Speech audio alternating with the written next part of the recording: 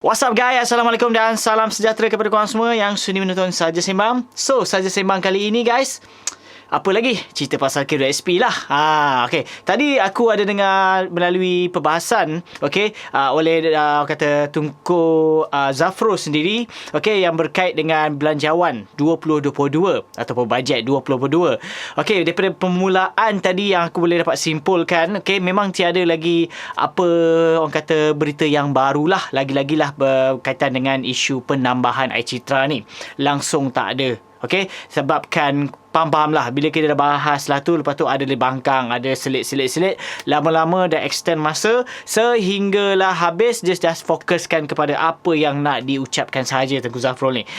So tak ada isu-isu yang berkait dengan orang kata K2SP. Cuma je adalah isu-isu yang memang di-highlightkan oleh Tun Mahathir sendiri yang berkait dengan isu-isu yang politik punya lah. Tapi aku nak cerita, korang boleh ucap-ucap di YouTube Parlimen sendiri, tengok dia punya video penuh lah kat situ. Cumanya cerita pasal K2SP ni, macam biasalah, ada berita yang terbaru yang aku nak kongsikan. Tapi sebelum tu guys, bagi korang yang belum subscribe ke channel ini, please klik di sini dan jangan lupa share dan juga like video ini guys. Jom kita tengok paparan ini. Ada menyebutkan K2SP perlu buat perincian data simpanan ahli. Yang mana aku boleh simpulkan di sini, sebenarnya pakar ekonomi ni dia macam risau. Sebab bila perkara ini akan berlaku, pengeluaran, dia akan memberi kesan kepada orang yang baru bekerja. Sebab korang bayangkanlah, jika seseorang tu baru bekerja, lepas itu dia dah tolak IPF apa semua kan, dah mencarum kan, dia takut nanti bila ada pengeluaran yang terbaru ni, nanti dia akan habiskan pula diorang punya duit-duit yang diorang baru mencarum tu. Ini sedikit sebanyak lah kata inti-inti yang aku boleh simpulkan untuk permulaannya. Nanti aku akan bacakan dan tunjuk kepada korang lah. Dan sebab itulah sebelum ni aku ada maklumkan faktor-faktor ini yang menjadi persoalannya, yang akan membuatkan pengeluaran air citra ni berkemungkinan kalau diteruskan, dia akan timbulkan syarat-syarat. Dan syarat-syarat itu khusus bagi mereka yang maybe dah mempunyai baki akaun yang dah banyak. Maybe dalam amount-amount tertentu. Yang mana mereka ni boleh dikeluarkan. Tapi bagi mereka yang baru saja bekerja, yang baru saja ada duit ke SP kan, yang baru mencarum dan sebagainya, aku tak rasa mereka ni akan adalah. Ini jika benda ini lulus. Jom kita tengok petikan ini. Perangkaan seramai 3.6 juta ahli kumpulan wang simpanan pekerja K2SP mempunyai simpanan kurang RM1,000. Adalah situasi yang membimbangkan kepada pekerja secara spesifiknya dan kepada pasaran buruh secara amnya. Pakar ekonomi Prof Madya Dr. Muhammad Yusof Sa'ari berkata, dan ini adalah pakar ekonomi yang lain pula lah. Beberapa faktor mempengaruhi perangkaan demikian, termasuk kemudahan pengeluaran sebelum ini. Antaranya seperti air sinar, pembayaran ansuran rumah dan yuran pengajian yang turut berkemungkinan menyumbang kepada angka itu. Wujud juga kecenderungan ahli K2SP yang tidak aktif mencarum kerana beralih kepada sektor pekerjaan bersifat tak formal. Caruman yang rendah iaitu hanya bersandarkan kepada gaji asas, iaitu basic pay, dan sebahagiannya mereka ini adalah kategori yang baru saja memasuki alam pekerjaan katanya. Ini aku maklumkan tadi. Beliau berkata untuk mendapatkan kepastian kepada faktor yang berkenaan, perincian kepada data K2SP itu perlu dilakukan. Menurutnya, perincian data itu penting bagi memastikan kesahihan situasi dan bagi mengelakkan kekeliruan dalam kalangan masyarakat serta pembuat dasar. Umpamanya jika simpanan berkurangan menjadi RM1,000 adalah terdiri daripada golongan muda yang baru memasuki pasaran buruh dan mereka ini telah membuat pengeluaran air sinar. Ini adalah logik.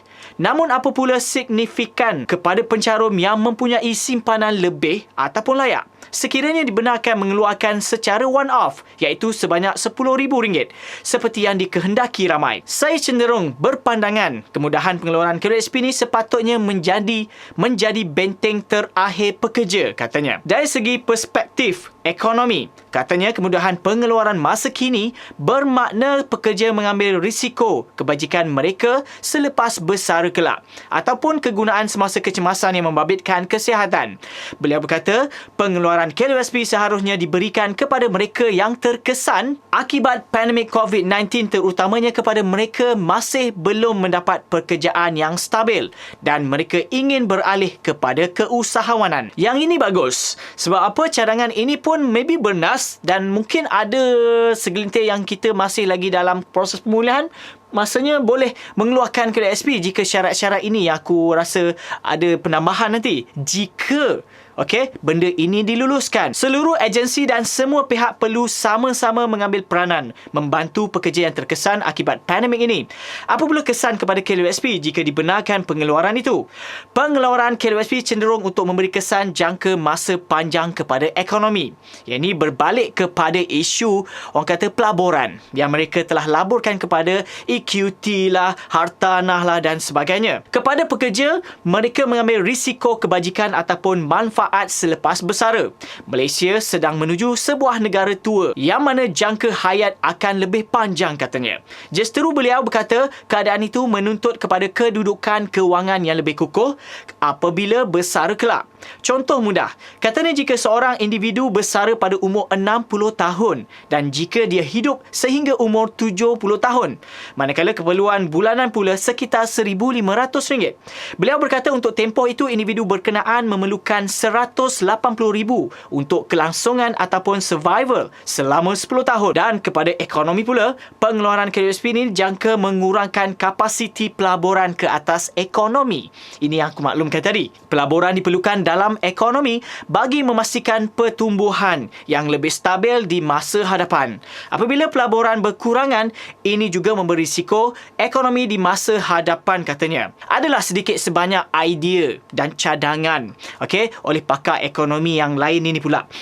Yang mana mungkin boleh dijadikan orang kata panduan bagi kerajaan ataupun Kementerian Kewangan sendiri untuk orang kata mengkaji balik dari segi pengeluaran ni. Tetapi kajian ni perlu dilakukan secepat mungkin lah supaya kita yang sama-sama tengah menunggu ni dapat manfaatnya. So itu saja perkongsian aku dalam episod kali ini. Diharap sedikit sebanyak memberi info yang terkini daripada channel Saja Sembang. Bagi korang yang belum subscribe ke channel ini, please klik di sini dan jangan lupa share dan juga like video ni guys. Aku Faizwan. Assalamualaikum.